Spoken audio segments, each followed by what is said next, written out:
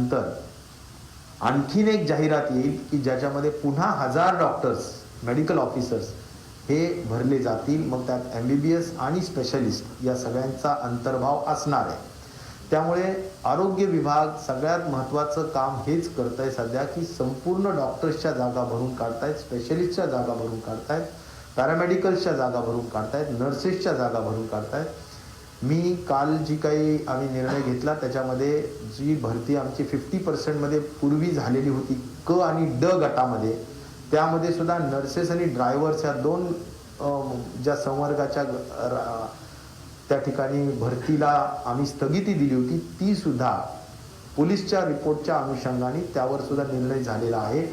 आणि त्यामुळे मला असं म्हणायचं आहे की आरोग्य विभागाच्या ठरल्याप्रमाणे मोठ्या पद्धतीनं जागा आपण भरून काढतो आहोत। आणि 1 वर्षाच्या स्थगितीमुळे जे लोक रिटायर होत होते त्यांना 1 वर्षापुरतंच फक्त रिटायरमेंटला स्थगिती मिळाल्यामुळे डॉक्टर्सची अडचण तिसरा वेव जरी आली तरी सुद्धा येऊ नये या दृष्टिकोनातून हा निर्णय घेण्यात आलेला आहे। दुसरं, कोविडच्या अनुषंगाने जे काही आज कॅबिनेटला पूर्ण प्रेझेंटेशन करण्यात आलं त्यामध्ये आपल्याला सर्वश्रुत आहे, माहिती आहे, रोज आपण माहिती घेतोच आहोत। साधारणपणे 1 महिना झाला की जवळजवळ आपला हा कर्व फ्लॅट आहे, म्हणजे 7000 ते 8000 9000च्या याच दरम्यान आपला दररोजचा साधारणपणे जे काही पेशंट्स वाढ होण्याचं किंवा बाधित होण्याचं जे संख्या आहे ती या दरम्यान आहे। त्यामुळे आपला जो काही ग्रोथ रेट आहे तो देशाच्या तुलनेत निश्चित प्रकारे आपला ग्रोथ रेट खूप कमी आहे। म्हणून साधारणपणे 1,04,000 आता सध्या एकूण ऍक्टिव्ह रुग्ण आपल्या महाराष्ट्रामध्ये आहेत आणि साधारणपणे यातले 92% रुग्ण हे 10 जिल्ह्यांमध्ये आहेत आणि ते 10 जिल्हे जर बघळले तर बाकी 26 जिल्ह्यांमध्ये उर्वरित साधारण 8% हे रुग्ण आहेत। तर आता एक आहे की आपण संपूर्ण राज्यामध्ये लेवल 3 ला आपल्या रिस्ट्रिक्शन्स म्हणजेच निर्बंधांच्या अनुषंगाने आणलेला आहे, त्यामध्ये कुठलीही सूट देण्याचा निर्णय आज तरी झालेला नाही। निश्चित प्रकारे आपल्याला डिझास्टर मॅनेजमेंट डिपार्टमेंट जे असतं आपत्ती व्यवस्थापन, तर त्याचे प्रमुख म्हणून माननीय मुख्यमंत्री सुद्धा याबाबतचा सातत्याने रिव्ह्यू घेत असतात। तर जे काही रिलॅक्सेशन द्यायचे असतात ते वेळोवेळी ते दिले जातात। आज जसं आपण हेही ठरवण्यात आलेलं आहे की मुंबईमध्ये लँड होणारा प्रत्येक व्यक्ती त्याला 48 तास अगोदरचं सर्टिफिकेट असणं आवश्यक होतं, ते आता आपण रद्द करून त्या ठिकाणी जर त्यांनी 2 डोस घेतलेले आहेत अशा पद्धतीचं जर त्याच्याजवळ प्रमाणित केलेलं पुरावे असतील तर आपण त्यांना महाराष्ट्रामध्ये प्रवेश देत आहोत। तर अशा स्वरूपाने ज्यांनी 2 डोस घेतलेले आहेत असे दुकानदार, त्यांची पण मागणी होतीये की आम्ही जर 2 डोस घेतलेले तर मग आम्हाला सुद्धा आता अधिक जास्त वेळ दुकान उघडं ठेवण्याची परवानगी द्यावी, अशी पण मागणी त्या ठिकाणी होती आहे। त्यामुळे या सगळ्या मागण्यांवर माननीय मुख्यमंत्री येणाऱ्या काही दिवसात निर्णय घेतील। केवळ 8 जिल्ह्यांमध्ये 92% रुग्ण आहेत आणि उरलेल्या 26 जिल्ह्यांमध्ये 8%, म्हणजे उरलेले 26 जिल्हे आहेत त्या ठिकाणी शिथिलता देण्याचा राज्य सरकार विचार का करत नाहीये? प्रामुख्याने व्यापारासाठी त्यांची जोरात मागणी आहे की दुकानाची फक्त वेळ त्यांना 4 तास वाढवण्यात। निश्चित प्रकारे दुकानं असतील, रेस्टॉरंट्स असतील, ह्या काही बाबी ज्या आहेत त्या ज्या बंद आहेत, म्हणूनच मी म्हणालो की डिझास्टर मॅनेजमेंटच्या म्हणजे तुमचा जो काही आपला कायदा आहे त्या कायद्याच्या अनुषंगाने माननीय मुख्यमंत्री अशा जिल्ह्यांच्या दृष्टिकोनातून योग्य तो निर्णय घेतील अशी मला 100% आशा आहे। साधारणपणे मेट्रो सिटीज ह्या सगळ्याच आहेत, मग त्याच्यात मुंबई असेल, पुणे असेल, पण प्रामुख्याने ज्या जिल्ह्यांचा नामोल्लेख केला पाहिजे ते म्हणजे कोकणातले 2 जिल्हे ज्यात सिंधुदुर्ग आणि रत्नागिरी आहे, पश्चिम महाराष्ट्रातले 3 जिल्हे ज्याच्यामध्ये कोल्हापूर, सांगली, सातारा आहे। हे 5 जिल्हे तर हे निश्चितच नवीन जिल्हे आहेत की ज्या जिल्ह्यांमध्ये, आणि आता त्याच्यात वाढ जी झालेली आहे त्यात अहमदनगरची एक नवीन त्या ठिकाणी वाढ झालेली आहे आणि बाकी मग मेट्रो सिटीज ज्या आहेत त्यामध्ये त्यांचाही अंतर्भाव आहे. मुख्यमंत्री कधीपर्यंत निर्णय घेतील, अपेक्षा काय आहे? आता असं वाटतं की असे निवेदनं सातत्याने येत आहेत, वेगवेगळ्या असोसिएशन्स भेटत आहेत, त्या आम्हालाही भेटत आहेत आणि मुख्यमंत्री महोदयांनाही भेटत आहेत. तर या सगळ्या संदर्भाने मला आशा आहे की लवकरात लवकर या संदर्भातले निर्णय होतील. तर तुमच्या लाटेच्या अनुषंगाने नियम कडक करा अशा प्रकारचं काही पत्रावर केंद्राने राज्याकडे केलेलं आहे का? कारण अशी माहिती समोर येते, प्रत्येक राज्यांना असे आदेश दिलेले आहेत. कुठले निर्बंध कडक? तिसरी लाट येऊ शकते, त्यामुळं निर्बंध कडक करा किंवा नियमावलीचं पालन. नाही, असं आता तिसरी लाटेच्या संदर्भाने बघा, बऱ्याचदा केंद्र शासनाने सुद्धा हे सांगितलं की ज्या ज्या ठिकाणी ग्रोथ रेट वाढलेला आहे त्या त्या ठिकाणी आपण असं म्हणतो की तिसरी लाट कदाचित त्याची सुरुवात झाली की काय, असं आपण बोलतो. पण प्रामुख्याने अजून अशा स्वरूपाने महाराष्ट्रामध्ये किंवा देशामध्ये अधिकृतपणे अशा स्वरूपाने अजून हे नाही. पण जगामध्ये जसं आपण UK असेल, स्पेन असेल किंवा इंडोनेशिया असेल, या संपूर्ण वेगवेगळ्या देशांमध्ये तिसरी लाट आपल्याला प्रकर्षाने पाहायला मिळते आणि त्यामध्ये बऱ्याच मोठ्या पद्धतीनं बाधित झालेलं चित्र पाहायला मिळतं. वॅक्सिनेशनच्या संदर्भात मी एवढंच सांगेल की त्या संदर्भात सुद्धा अशी चर्चा जरूर झाली की अधिकाधिक वॅक्सिन्स मिळवण्याच्या दृष्टिकोनातून आपण सातत्याने प्रयत्न करावे. मी सुद्धा याबाबत माननीय मुख्यमंत्री महोदय आणि कॅबिनेटलाही सांगितलं की आपल्या राज्यामध्ये जे जे काही प्रायव्हेट हॉस्पिटल्स आहेत आणि जे कॉर्पोरेट मोठे उद्योजक आहेत त्याच्या माध्यमातून सुद्धा जे 25% उत्पादकांकडून जी लस मिळू शकते ती लस मिळवण्यासाठी आपण अधिक जास्तीचा हा 25%चा देशाचा जो वाटा आहे किंवा या उत्पादक कंपन्या जे 25% या हॉस्पिटल्सला देणार आहेत तो वाटा आपल्याला आपल्या राज्याला कसा जास्त मिळेल या दृष्टिकोनातून आपण जाणीवपूर्वक प्रयत्न केला पाहिजे, असं सुद्धा मी कॅबिनेटला सर्व मंत्र्यांनाही सांगितलं, माननीय मुख्यमंत्री आणि उपमुख्यमंत्र्यांनाही सांगितलं. जेणेकरून केंद्राने किती द्यायचं कदाचित ते पॉप्युलेशनच्या भरोशावर त्यांनी ठरवलेलं आहे आणि त्यामुळे अशी आशा आहे की 4.5 कोटी लस ही जुलै एंडपर्यंत आपल्याला मिळेल. म्हणजे एकूण 42 कोटी आपल्या देशामध्ये होईल, त्यातली 10% लोकसंख्या ही आपल्या राज्याची आहे आणि त्यामुळं ऑगस्ट महिन्यामध्ये, जुलै नाही ऑगस्ट महिन्यामध्ये ह्या लसीची उपलब्धता व्हावी अशी आशा आहे. कारण जर पॉप्युलेशनच्या माध्यमातून जर आपल्याला लस उपलब्ध होणार असेल तर महाराष्ट्र हे देशाच्या लोकसंख्येच्या 10% असल्यामुळे जर 42 कोटी देशाला मिळेल तर मग ती आपल्याला सुद्धा 4-4.25 कोटीच्या पुढे उपलब्ध व्हायला पाहिजे जर केंद्राने दिली तर. आणि त्या व्यतिरिक्त आपण जर का प्रायव्हेट हॉस्पिटल्सच्या माध्यमातून जो 25% उत्पादन करणाऱ्यांना देणं गरजेचं आहे त्यात आपल्या हॉस्पिटल्सनी जास्त बुकिंग कोविशिल्ड आणि कोवॅक्सिनच्या संदर्भाने केली पाहिजे आणि त्यासाठी सरकारने सुद्धा जाणीवपूर्वक प्रयत्न केला पाहिजे. आता जी लस मिळते त्या लस मिळण्याचं जर आपण गणित काढलं तर याच वेगाने लस मिळत गेली तर राज्याचं लसीकरण पूर्ण व्हायला साधारणतः किती काळ लागतो? नाही, सध्याची जी लसीचा पुरवठा आहे तो निश्चितच कमी आहे, मी असं म्हणजे मी निश्चित प्रकारे सांगेल. आणि त्यामुळेच आपण सार्वभौम सभागृह राज्याचं जे आहे ते विधानसभा आणि विधान परिषद यामध्ये 2 दिवसाच्या अधिवेशनामध्ये सुद्धा जाणीवपूर्वक ठराव आणून हा ठराव पारित करून घेतला की आपण 3 कोटी लस किमान, म्हणजे हा शब्द किमान आहे की आपण 10 लाख तरी दररोज करू शकतो, 15 लाख पर्यंत जास्तीत जास्तही करू शकतो. पण आज आपण आपल्या दररोजच्या होतं असं की 5-7 लाख लस मिळतात, मग परत 3-4 दिवस मिळत नाही, मग परत 5-6 लाख मिळतात. असं 3-3, 4-4 दिवसांनी जर गॅपनी जर 5-5, 7-7 लाख रुपये 7-7 लाख लसी मिळत असतील तर याचा अर्थ काय आहे की साधारणपणे आपल्याला 5 दिवसात 7 लाख जर मिळत असतील तर रोज 2-2.5 लाख 3 लाखाच्या दरम्यान आपल्याला मिळतात. आणि त्यामुळे जे मिळतंय ते आपण लगेच लसीकरण करून घेण्याचा प्रयत्न करत आहोत. त्यामुळे लस आपल्याजवळ कुठेही शिल्लक नसते किंवा एखाद्या जिल्ह्यात पडून नसते, त्याचा अत्यंत परिणामकारक उपयोग आपण त्या तातडीनं करत आहोत. आपली ती कार्यक्षमता निश्चित प्रकारे मोठी आहे. लोकांमध्ये आता खूप चांगल्या पद्धतीनं जनजागृती झालेली आहे. त्यामुळे सर्वदूर रांगा लागतायत, गर्दी होतीये आणि सर्वांना लसीकरण करून पाहिजे.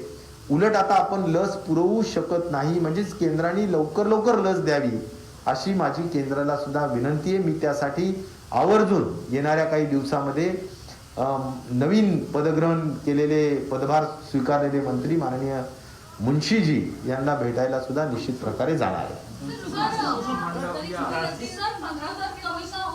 ग्रामीण ठिकाणी जे आहे ते शाळा चालू करण्यासंदर्भात विषय सध्या सुरू आहे आणि सगळे नियम पाळून अशा पद्धतीनं शाळा सुरू करणार असल्याचं शिक्षण मंत्र्यांनी सांगितलं आहे. आपण त्यासाठी तयार आहोत का सध्या? नाही, खरं म्हटलं तर अद्याप शिक्षण मंत्र्यांनी जरूर सांगितलेलं आहे, परंतु तसं लगेच आज त्याचा जो प्रोटोकॉल असतो तो अद्याप तयार नाही आहे किंवा कशा पद्धतीनं करावं या संदर्भात. त्यामुळे शाळेच्या बाबतीत लगेच निर्णय होईल लगेच असं मला वाटत नाही. परंतु जरूर मेडिकल कॉलेजेस असतील किंवा 18 वर्षाच्या वरिष्ठ असलेले जे काही वरचे जे काही कॉलेजेस असतील तिथे आपण किमान लसीकरण करतो आहोत. त्यामुळे लसीकरण ज्या ज्या ठिकाणी करतो आहोत तिथे आपल्याला थोडं सुरक्षितता वाटते आणि म्हणून त्या ठिकाणी पहिल्या टप्प्यात कॉलेजेस आणि नंतरच्या टप्प्यात स्कूल्स असं करण्याला हरकत नाही असं आरोग्यमंत्री म्हणून माझं मत आहे.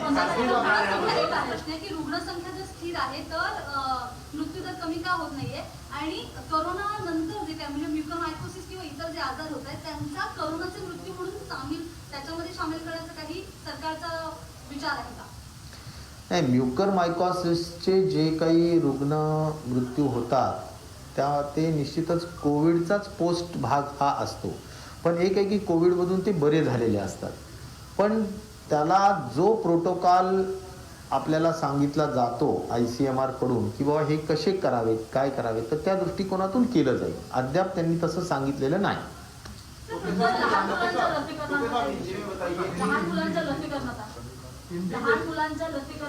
काय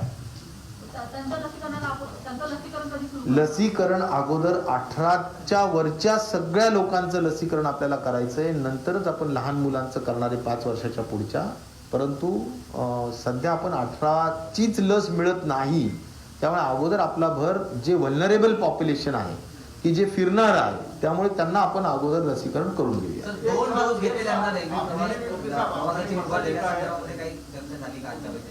तशी कुठलीही चर्चा 2 डोस घेतणाऱ्यांना रेल्वेमध्ये प्रवास करू द्यावा अशी पद्धतीची कुठलीही चर्चा झालेली नाही आणि त्यामुळे हा 2 पद्धतीच्या ॲक्टच्या माध्यमातून अशा पद्धतीचे निर्बंध लावणे आणि शिथिल करणे या गोष्टी चालू असतात. एक आहे एपिडेमिक डिझीज ॲक्ट आणि दुसरा आहे डिझास्टर मॅनेजमेंट ॲक्ट. तर डिझास्टर मॅनेजमेंटच्या ॲक्टच्या माध्यमातून ज्याचे प्रमुख माननीय मुख्यमंत्री असतात ते या संदर्भातला निर्णय वेळोवेळी घेत असतात. हिंदी में जानना चाहेंगे कि अभी जब काफी दिनों से स्टेबल है कोविड का मामला, तो क्या कोई नए तरीके का छूट राज्य में मिलेगा किसी जिले में कहीं कोई? देखिए, आज कोविड की जो डिटेल में प्रेजेंटेशन हमारे विभाग में के माध्यम से हर कैबिनेट में किया जाता है, तो उसमें हमने इतनी नई जानकारी इतनी दी है कि करीबन पिछले 1 महीने से राज्य में स्थिति कायम है. एक्चुअली हम अपेक्षा ये करेंगे कि ये ग्राफ और नीचे जाना चाहिए. रोज जो 7,000 8,000 के दरमियान जो रुग्ण बढ़ते हैं तो वो न बढ़ते हुए उसकी संख्या कम होनी चाहिए, लेकिन वो कम होती हुई नजर नहीं आ रही है, वो कंटिन्यूस सेम आ रही है. इसलिए मैं कह रहा हूं कि कर्व फ्लैट हुआ है लेकिन और नीचे जाना चाहिए. प्लेटो हुआ है, कर्व प्लेटो हुआ है का मतलब है कि कई दिनों से, महीना हुआ है अभी कि यही आंकड़ा हमें रोज नजर आ रहा है. तो एक है कि अभी हमारे एक्टिव रुग्ण है 1,04,000. तो इन एक्टिव रुग्णों में अभी उसमें 92% रुग्ण ये 10 जिलों में, बाकी के 8% अन्य जिलों में, 26 जिलों. तो मैं ये कहना चाहूँगा कि अभी इसमें जो ये 10 जिले, उसमें नगर सलिका डिस्ट्रिक्ट बढ़ गया है, या वेस्टर्न महाराष्ट्र के जैसा कोल्हापुर, सांगली, सातारा है, कोंकण के सिंधुदुर्ग और रत्नागिरी है, और मेट्रो सिटीज सभी है जैसा पूना है, मुंबई है, और औरंगाबाद और नागपुर भी है। तो यह सभी ये सभी ज़िले हैं कि जहाँ पर आज भी रुग्ण संख्या है। और बाकी अगर देखा जाए कि डेथ रेट और इसमें कोई बढ़ावा नहीं हुआ है, हमारा जो ग्रोथ रेट है वो 0.12% है। तो 0.12% का मतलब है हम देश में करीबन, हमारा नंबर ग्रोथ रेट में 10वां नंबर लगता है। हमारे ऊपर 9 राज्य है कि जहाँ पर ग्रोथ रेट हमारे से ज़्यादा है। तो कोविड की परिस्थिति अभी ठीक है, और रिलैक्सेशन के हद तक जो भी रिलैक्सेशन दिए जाते हैं डिजास्टर मैनेजमेंट एक्ट के तहत दिए जाते हैं, और उनके अध्यक्ष माननीय मुख्यमंत्री जी है जो कंटिन्यूसली सभी ये कोविड के संख्याओं के बारे में और परिस्थिति के बारे में रोज ध्यान रखते ही है। उसके बारे में जो भी डिसीजन है वो उनके नेतृत्व में लेंगे। हुआ है, लेकिन वो डाउनस्ट्रीम अभी तक शुरू नहीं हुई है, लेकिन पिछले कई दिनों से प्लाटू ही हम देख रहे हैं। तो क्या इसका कोई स्पेसिफिक रीजन है कि डाउनस्ट्रीम अभी तक शुरू नहीं हुआ? नहीं, वही हमें भी अपेक्षा है कि एक्चुअली डाउन आना चाहिए और टोटल फ्लैट होना चाहिए, लेकिन वैसा नहीं होते नज़र आ रहा है। और इसलिए अगर ऐसी स्थिति में कुछ ज़िलों में अगर संख्या बढ़ती है तो वही हम ऐसा एक अंदेशा मान सकते हैं कि ये थर्ड वेव की शुरुआत है क्या, ऐसा भी हो सकता है। सवाल ये है कि जिस तरीके से एयरपोर्ट पे आपने 2 वैक्सीन डोज लेने वाले लोगों को छूट दी है, क्या इस तरीके से दूसरे जो पब्लिक ट्रांसपोर्ट है, खास करके ट्रेन वगैरह, उसको लेकर के विचार चल रहा है क्या?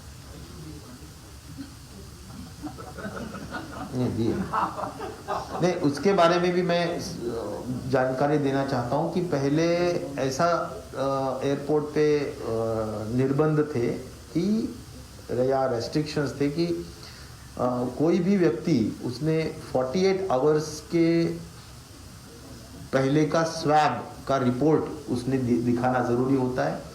लेकिन अभी हमने, अगर कोई 2 डोज लिए हुए कोई भी व्यक्ति अगर एयरपोर्ट आते हैं, बाहर से कहीं से भी आते हैं, तो उनको हम महाराष्ट्र में एंट्री बैन नहीं कर रहे। हम उनको 2 डोज का सर्टिफिकेशन देख के या वेरीफाई करके हम उनको एंट्री दे रहे हैं। तो इसी तरह अभी मांग हो रही है कि रेलवेज में हमें छूट दी जाए, या कई दुकानदार या कोई कहीं रेस्टोरेंट्स के लोग ये भी कह रहे हैं कि हम अगर 2 डोज लिए हैं तो हमें हमारा जो भी शॉप है वो 4 बजे बंद न करते हुए हम जो रेगुलर बंद करते, ऐसी हमें अवसर देना चाहिए, या हमें एक उसमें छूट देनी चाहिए। तो इसके बारे में ये जो मांग आ रही है, बिल्कुल ये जायज़ भी मांग है, ऐसा कोई प्रॉब्लम नहीं है, ये राइट भी मांग है, लेकिन इसके बारे में अंतिम निर्णय माननीय मुख्यमंत्री जी लेंगे। तो साहब, एक सवाल आपको यही है कि फेक वैक्सीनेशन के बारे में जब हमने आपसे पिछले हफ्ते संपर्क किया था, आपने कहा था कि आप तुरंत केंद्र सरकार को लिखेंगे और जितने भी इसके विक्टिम्स हैं उनके सर्टिफिकेट्स पहले कैंसिल करेंगे जो कोविड में आए। लेकिन अभी तक ये मसला आगे बढ़ा नहीं है, क्योंकि उन लोगों से भी संपर्क नहीं हुआ है और उनके सर्टिफिकेट्स भी ज्यादातर पे कैंसिल नहीं हुए। तो कहाँ पे ये अटका है? एक्चुअली हमारे विभाग के माध्यम से, क्योंकि हमारा विभाग नोडल विभाग है इस कोविड को लेकर और वैक्सीनेशन को लेकर, तो हमने ये डिमांड जो यहाँ के कमिश्नर है, आयुक्त है, उनसे की है।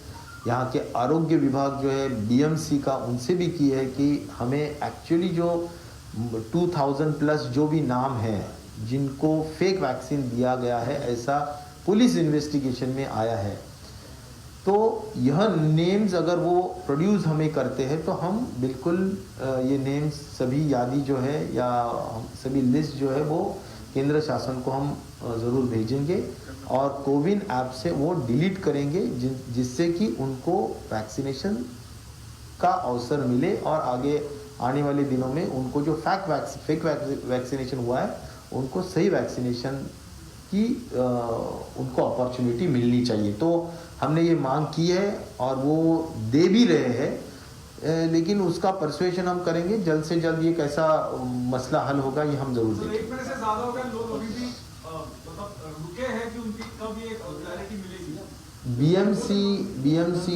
बीएमसी के कोर्ट में ये बॉल है। मुझे लगता है बीएमसी ने जल्द से जल्द यादी स्वास्थ्य विभाग को भेजनी चाहिए। सर एक सवाल है कि आपने पत्र लिखा था मुख्यमंत्री जी को कि या तो खुला कर दिया जाए सबको या फिर कंप्लीटली लॉकडाउन कर दिया नहीं, जाए। मैंने पत्र नहीं लिखा था। हमने हमारी जो वीसी होती है वीडियो कॉन्फ्रेंसिंग, जहाँ पर सभी कलेक्टर्स कमिश्नर्स होते हैं, वहाँ पर ये डिस्कशन हुआ है। मैंने कोई पत्र वित्र नहीं लिखा है। मैं इतना ही कहा हूँ कि जो अभी लेवल 3 का जो रेस्ट्रिक्शंस है वो एक तो स्ट्रिक्टली फॉलो होना चाहिए, नहीं तो उसमें अगर फॉलो नहीं होता है तो हम एक तो कोविड की परिस्थिति सुधारने के लिए ये सब निर्बंध या रेस्ट्रिक्शंस लगाए हुए हैं, एक तो उसमें भी सफलता नहीं होगी और जो इकोनॉमिकली जो लोगों को नुकसान हो रहा है इस रेस्ट्रिक्शंस के वजह से, ना हम उनको भी सही माने समाधान दे सकते हैं। तो इसीलिए कुछ ना कुछ क्लियरली डिसीजन जो हमने लिया है उसके मुताबिक एक्शन होना चाहिए, ऐसी मैंने विनती की थी। और मुझे लगता है सीएम साहब ने भी वो बहुत अच्छी तरह से अपहेल्ड किया और सीएम साहब ने भी सभी कलेक्टर्स को और कमिश्नर्स को कहा है कि स्वास्थ्य मंत्री जो कह रहे हैं वो बिल्कुल सही है। आप सभी लोगों ने स्ट्रिक्टली रेस्ट्रिक्शंस का अनुपालन करना चाहिए। थर्ड वेव की आशंका क्या राज्य सरकार अभी भी कर रही है, या जिस तरीके से टीकाकरण हो रहा है उसमें लग रहा है कि थर्ड वेव महाराष्ट्र में नहीं है? जैसे आपने कहा था कि वैक्सीनेशन भी महाराष्ट्र में कम मिल रहा है, तो क्या उसको लेकर आप सेंटर से भी मिलेंगे? नहीं, मैं तो ये कह रहा हूँ कि मैं स्वास्थ्य मंत्री श्री मुंशी जी मांडविया, उनको मैं ज़रूर मनसुख मांडविया जी, उनको मैं ज़रूर मिलूँगा और उनसे मैं ज़रूर रिक्वेस्ट करूँगा कि महाराष्ट्र की स्थिति को देखते हुए महाराष्ट्र को बड़े पैमाने पर वैक्सीन्स मिलना चाहिए, जिससे कि हम टीकाकरण के इस कार्यक्रम को और गति से हम पूरा कर सकेंगे। और एक ज़रूर है कि अगर टीकाकरण होता है तो उससे एक हर्ड इम्यूनिटी आती है और हर्ड इम्यूनिटी के माध्यम से हम ज़रूर हमारे अर्थ कारण को भी गति दे सकते हैं, अर्थ चक्र भी हम तेज़ी से आगे लेके जा सकते हैं। और दूसरा यह है कि इन्फेक्शन भी कम हो सकता है, मृत्यु का दर भी कम हो सकता है। इसलिए कई फायदे हैं टीकाकरण के। तो टीकाकरण करने के लिए हमारा प्रावधान है और हम उसमें एग्रेसिवली ये काम करना चाहते हैं। इसीलिए टीकाकरण हो, जल्द से जल्द हो, उसको बहुत ज़्यादा लंबा समय न लगे, इसीलिए जो महाराष्ट्र स्टेट का जो सबसे बड़ा सभागृह है वो विधानसभा और विधान परिषद, उसके भी रिजोल्यूशन करके हमने केंद्र शासन को, स्वास्थ्य विभाग को भेजे हैं कि हमें करीबन 3 करोड़ टीके हर महीने में मिले। वो हमें कम से कम, यानी हम वो कर सकते हैं हर महीने के लिए 10 लाख हम मिनिमम कर सकते हैं, मैक्सिमम हम 15 लाख भी कर सकते हैं। तो कम से कम 3 करोड़ टीके हर महीने में मिले, इस तरह का रिजोल्यूशन हमने किया है। डेल्टा प्लस वेरिएंट की जांच हर महीने हो रही है और उसमें करीबन हर डिस्ट्रिक्ट से 100 सैंपल्स लिए जा रहे हैं। उसका पूरा होल जीनोमिक सीक्वेंसिंग किया जा रहा है, लेकिन उसमें अभी नए डेल्टा प्लस के केसेस नज़र नहीं आ रहे हैं। सिर्फ जो 20 या 21 जो पहले हुए थे उतने ही केसेस आज रिकॉर्ड पे है। Thank you. स्पुटनिकची लस काल बाजारात आली, 2290 रुपयाला 2 डोस आहे आणि याच्याचं अंतर जे 21 दिवसाचं आहे। कोवॅक्सिन आणि कोविशिल्ड वक्ता ही जास्त असरकारक आहे, याच्यानंतर स्पुटनिक लाईट या नावाची फक्त एकच लसचा डोस उपलब्ध होणार आहे। स्पुटनिकच्या बाबतीत मला एवढंच सांगायचं आहे की ही निश्चितच चांगली लस आहे, कारण ती अप्रूव्ड लस आहे। आपल्या ICMRनी किंवा आपल्या गव्हर्नमेंट ऑफ इंडियानी सुद्धा अप्रूव्ड केलेली लस आहे। मला असं वाटतं की गव्हर्नमेंट ऑफ इंडियानी 2च लसीवर भर देण्यापेक्षा स्पुटनिक लस सुद्धा मोठ्या पद्धतीनं खरेदी करावी आणि राज्यांना उपलब्ध करून द्यावी, जेणेकरून आपल्या लसीकरणाच्या कार्यक्रमाला अधिक चांगली गती प्राप्त होईल.